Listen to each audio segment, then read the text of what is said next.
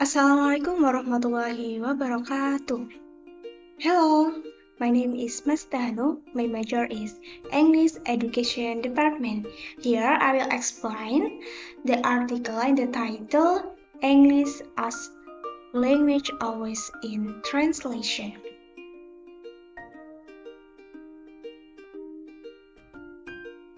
The traffic of meaning. Okay, the article discusses the role of translation in language learning. Prabal Dasgupta emphasizes that while translating, one becomes part of the traffic of ideas, concepts, symbols, and discourses. Clary Crumbs adds that language teachers are expected to present diverse meaning, highlight alternative meaning, and open up opportunities for meaning that might be forgotten. Although teaching English globally is supposed to bring people into the flow of global meaning, obstacles arise because often English is seen as a single entity without considering the context of other languages. This can be seen in the large English language export industry, which considers that language as its own entity without taking into account how it is used in the context of other languages. Although English is considered a self-contained global language, the reality is that it is always engaged in relationship and dependencies with other languages and cultural contexts.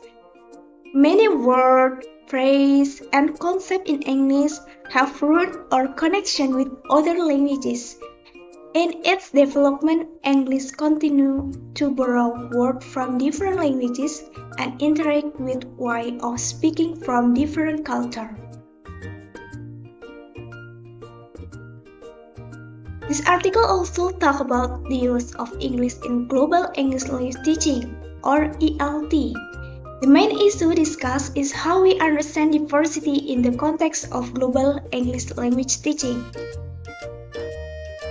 Often, effort to address diversity focus solely on the number of languages or variety of English without considering the important role of language education in creating diversity. A lack of understanding of the role of translation also creates a lack of clarity in this field.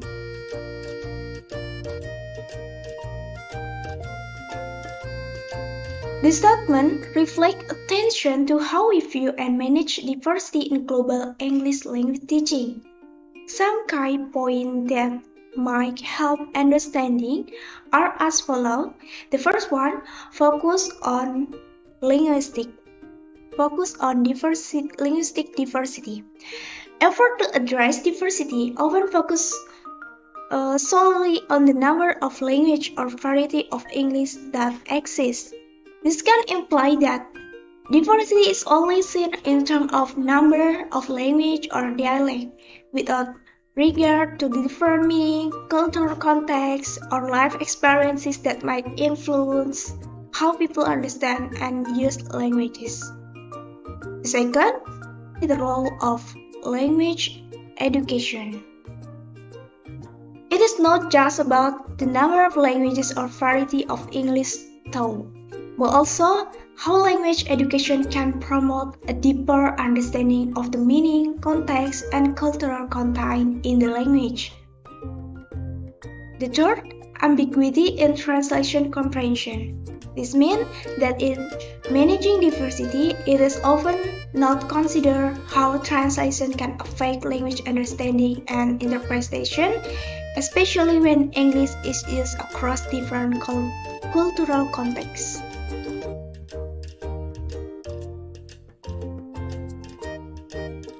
Next subbab, translation as Paria.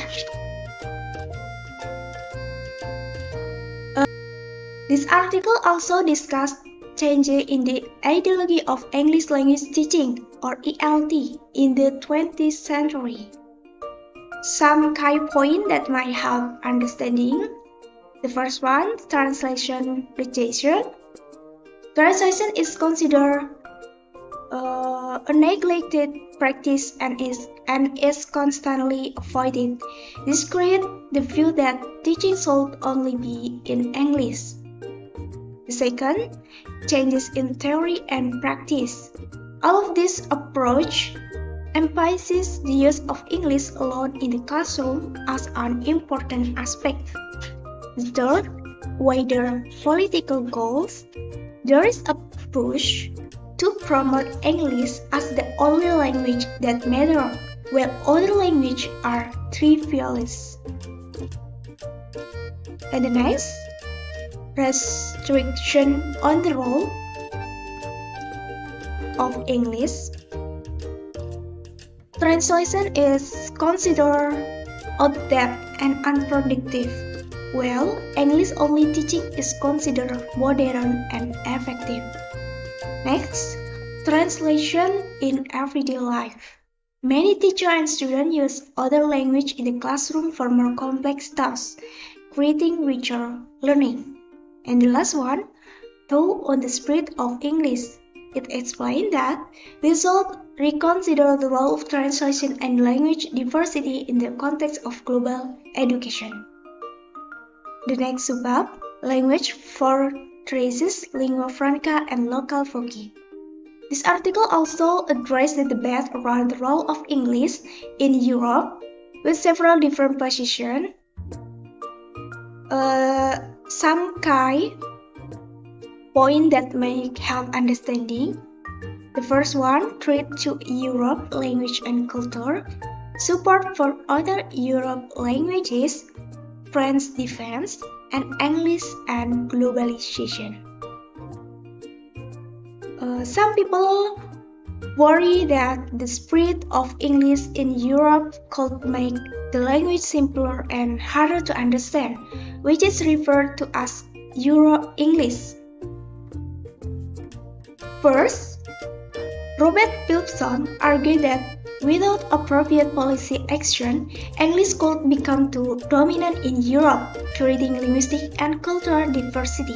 Secondly, Jennifer Jankin warned that if multilingual policies are not controlled, each language group may develop their own way of speaking. Next, when it comes to English, there are two competing views. The first, there is ELV or English as a lingua franca, which focuses on the way people from different countries speak English without following any particular norm. And the second, there are word Englishes. And the next subbab, translation in an uniform word. Translation is not just about exchange word from one language to another. Georg Steiner said that human communication, whether within a language or between languages, is actually a form of translation. So translation is not just about words, it's about permitting meaning, creating new relationships, and building more transformative knowledge.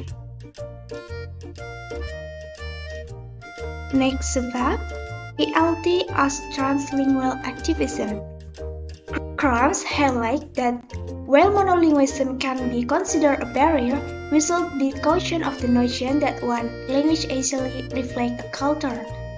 Translingual activism challenges the dominant view of English and view translation as a way to increase understanding and build new relationships within languages.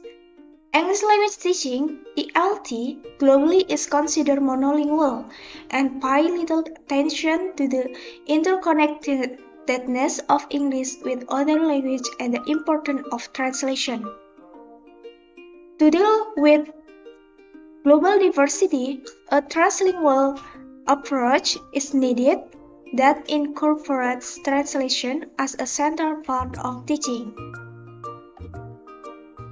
Okay, then the last part, conclusion.